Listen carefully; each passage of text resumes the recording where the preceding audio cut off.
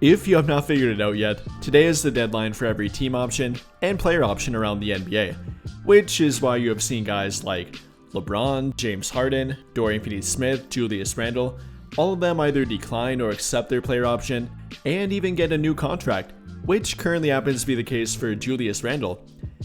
But for a team like the Lakers, they've had a little bit more difficulty with that, having the player option by Dorian Finney-Smith turned down and he opted out of that contract. Meanwhile, LeBron opted in and now they have to figure out their payroll going forward. And if it turns out to be that they lose Dorian Finney-Smith, it could open up a pathway for them that, although wouldn't be ideal in my opinion, losing Dorian Finney-Smith, losing a valuable and productive member of the rotation in frontcourt, losing a great friend and teammate to Luka Doncic, something they probably don't want to do this early into their relationship with him, and not to mention a guy they traded real trade assets to get. But if they would go that route and if it turned out that way, could they find a viable replacement or replacements? They might be able to. At that point, they might be able to fit under the first apron, just barely, but they might be able to just squeeze under it. At this current moment, they are roughly 19 million below the first apron, which would theoretically give them the ability to use both their full mid-level exception and maybe potentially their biannual exception too, or at the bare minimum at least part of them, which could potentially make a guy like Nickeil Alexander-Walker on the table for them, and maybe even a guy like DayRon Sharpe, both of which are going to be heading toward free agency. And for DayRon Sharpe in particular, he just had his qualifying offer pulled by the Brooklyn Nets, making him an unrestricted free agent rather than a restricted free agent. So with that in mind here, could they be a replacement option for Dorian Finney-Smith if he would walk from their team, or if they can't simply reach a contract agreement? Would that be a viable option, or would that be a downgrade for their team? We'll talk about that and try to break it all down here. And well, to begin, I think we gotta understand the salary cap stuff here. I know some fans don't really like this and don't really pay attention to it, but if you're gonna try to understand this scenario, you really do have to have a decent grasp in it. Like I said, they're currently 19 below the first apron, to be exact, 19.7 million below the first apron.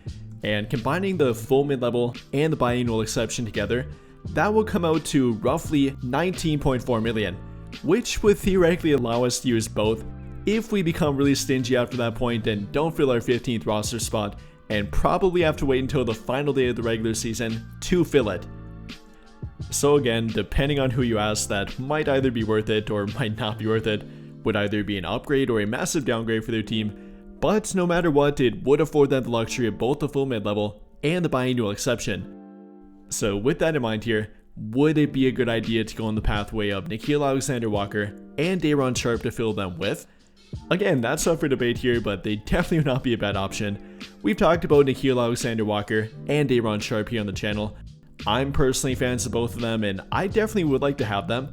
But if it does mean losing Dorian Finney-Smith, it would be a bit more complicated and definitely a bit different of an argument.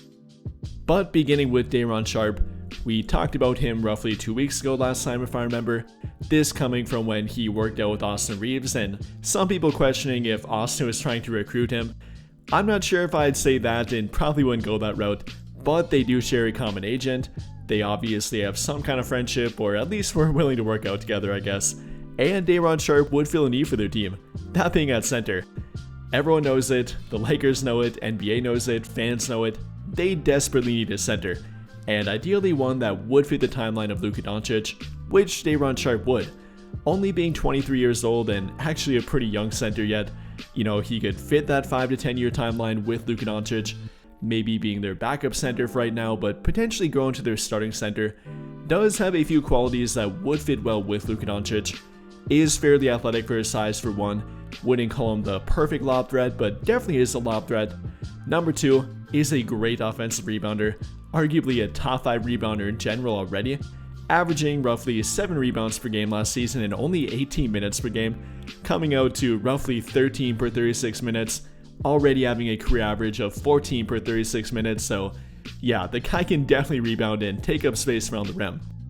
Then on top of that, is a decent finisher around the rim, again simply knows how to take up room around the rim, and all of that put together would be a decent fit with Luka Doncic, and again, a good long-term fit with him too. So if they could get him for the biannual exception, again that being worth roughly $5.1 million next season. It can be offered up to a 2-year contract, so it probably would take that to get him. Offering him that 2-year $10.5 million contract might be enough to steal him away from Brooklyn, and again they no longer have the ability to match any contract given to him. He could take it, and no matter what they offer him, he could leave their team for nothing. So that might be an option, and if we could combine that with Nickeil Alexander-Walker, then at that point I think I would say it would be an upgrade over Dorian Finney-Smith, simply in regard to talent, production, and then obviously age. They're both younger than him and quite a bit too. DayRon Sharpe being 23, Alexander-Walker only being 26, and that's compared to Finney-Smith who is now 32, so that definitely would fit the Luka Doncic timeline better. Definitely wouldn't say they'd be better teammates or better friends with him compared to Finney-Smith, which is a big part of the argument to keep him in my opinion, but you definitely could say that those two combined could be worth it and more worth it than Dorian Finney-Smith. And the argument for Alexander-Walker here is the fact that he would fill a much needed point of attack defender role for their team. At the current moment, they don't really have one. I guess kind of with Jordan Goodwin, he showed good moments, but during the postseason and during big moments was not always playable for their team. Definitely an up and down 3-point shooter, which is not really the case for Nickeil Alexander-Walker.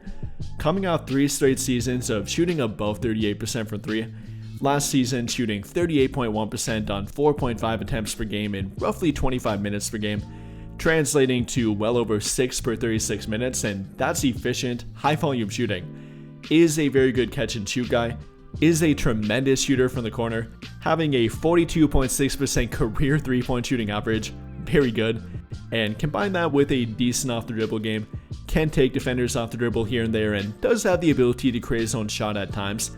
I like Nickeil Alexander-Walker on both offense and defense for their team. And well, would that translate to him being worth the full mid-level? You know, I'm not entirely sure it would be worth quite the full, but it probably would take that to get him. Again, that being worth roughly $14.1 million next season, being able to be offered up to a 4-year contract.